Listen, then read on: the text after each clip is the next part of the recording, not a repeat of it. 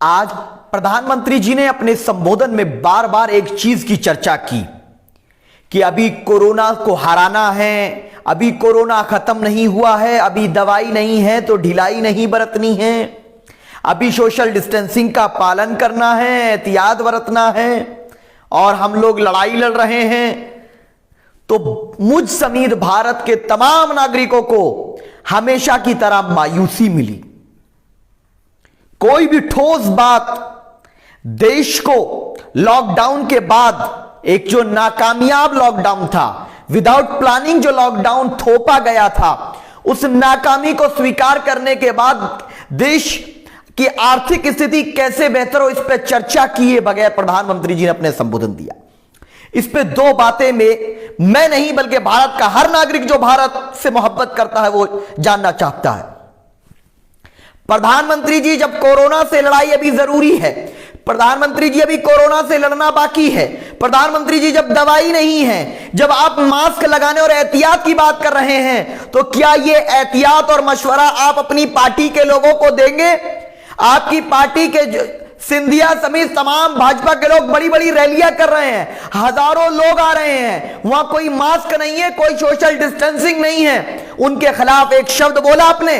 क्या आपकी सरकार ने इलेक्शन कमीशन ऑफ इंडिया को यह लिख के दिया कि जब बच्चों के स्कूल बंद हो गए, लोगों के रोजगार खत्म हो गए, मेरा मजदूर भाई पैदल चलने पर मजबूर हो गया, किसानों की फसलें बर्बाद हो गई, इस तमाम को देखते हुए अगर क्या चुनाव को टाला नहीं जा सकता था? अगर इतना जरूरी है?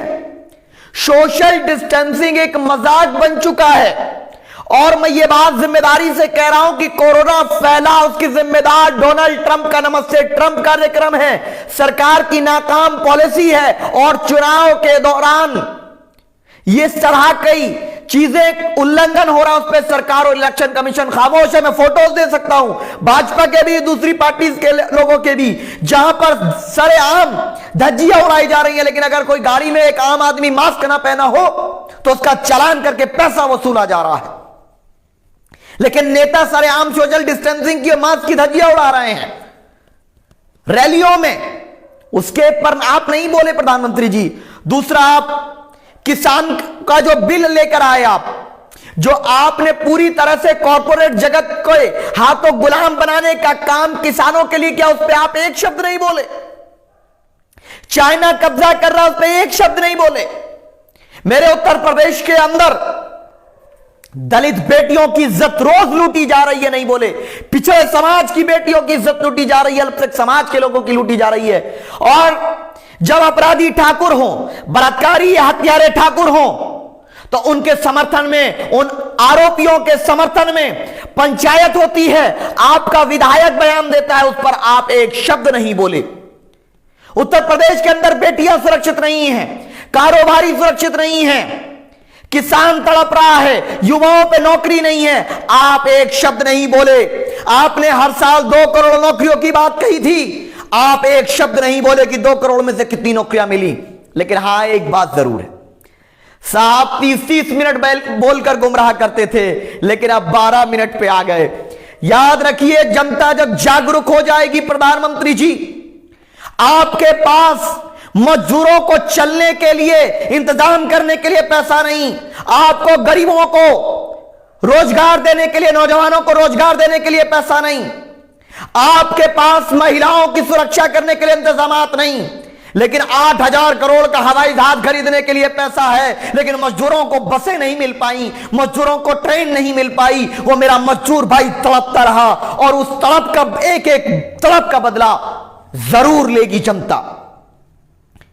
और जो आपकी पुलिस, आपकी सरकारें जो वसूली कर रही हैं कोरोना के नाम पर, कि आम जनता मास्क न लगाए तो उसका चालान काट दो, लेकिन अगर सारे चुनावों के ऑडियो, वीडियोस, फोटोज निकाल लो, आप जहां जहां चुनाव हो रहा, मैं दावे के साथ कह रहा हूं, भाजपा के लोग सबसे ज्यादा कोरोना गाइडलाइन का उल्लंघन करते हुए नजर आएंगे। लेकिन आपका लक्ष्य, अब देश गुमराह नहीं होगा। देश जानना चाहता है कि आर्थिक स्थिति जो -23 जीडीपी थी, उसको सरवाइव करने के लिए सरकार के पास क्या पॉलिसी है। अब तो बीएसएनएल के लोगों को वीआरएस दिया जा रहा है। एयर इंडिया जब से हज सब्सिडी खत्म हुई बिकने की कगार पे आ गया। इसीलिए हम कहते थे ये सब्सिडी नहीं है, यह मुसलमानों के नाम पर एयर इंडिया को चला करके हमारे गैर मुस्लिम भाइयों के दिल में नफरत पैदा करने का एक प्रोपेगेंडा है।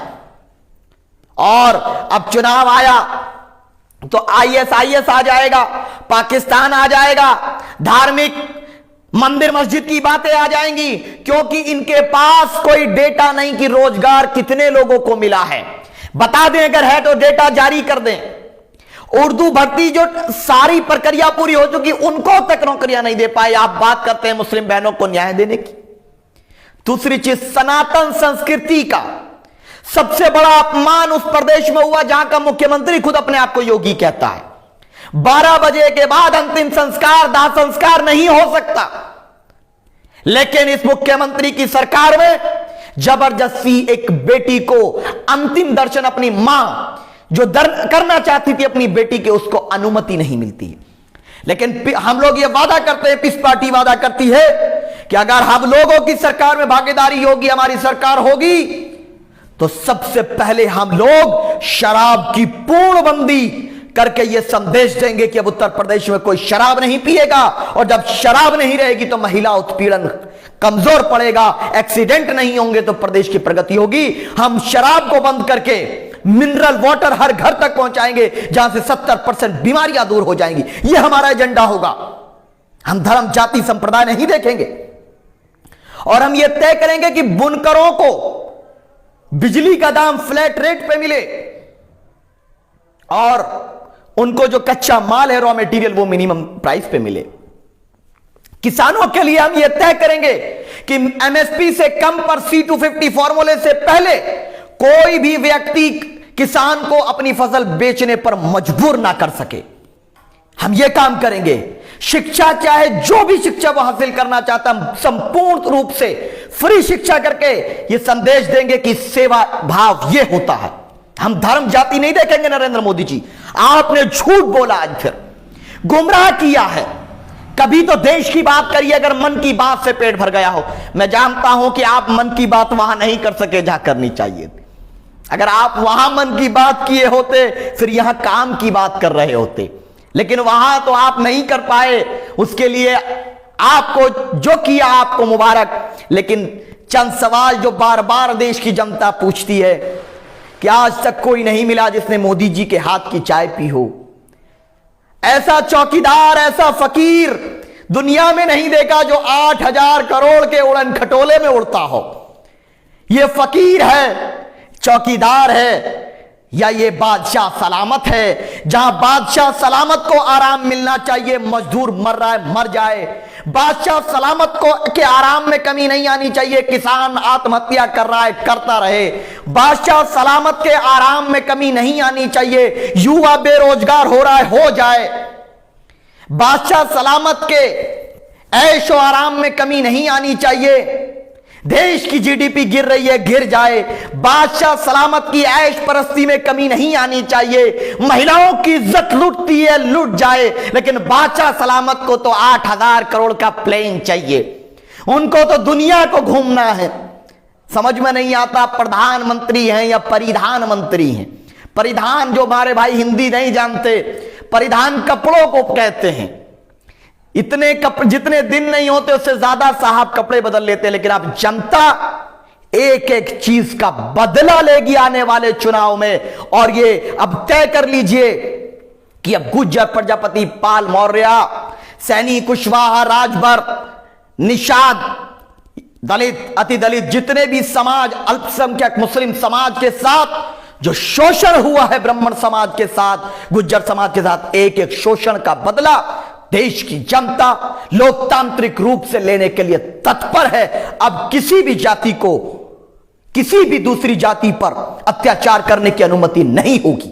सबको न्याय मिले, संपूर्ण न्याय और संपूर्ण अधिकार ही हमारा एजेंडा है और उसके लिए हम प्रयासरत हैं। जय हिंद।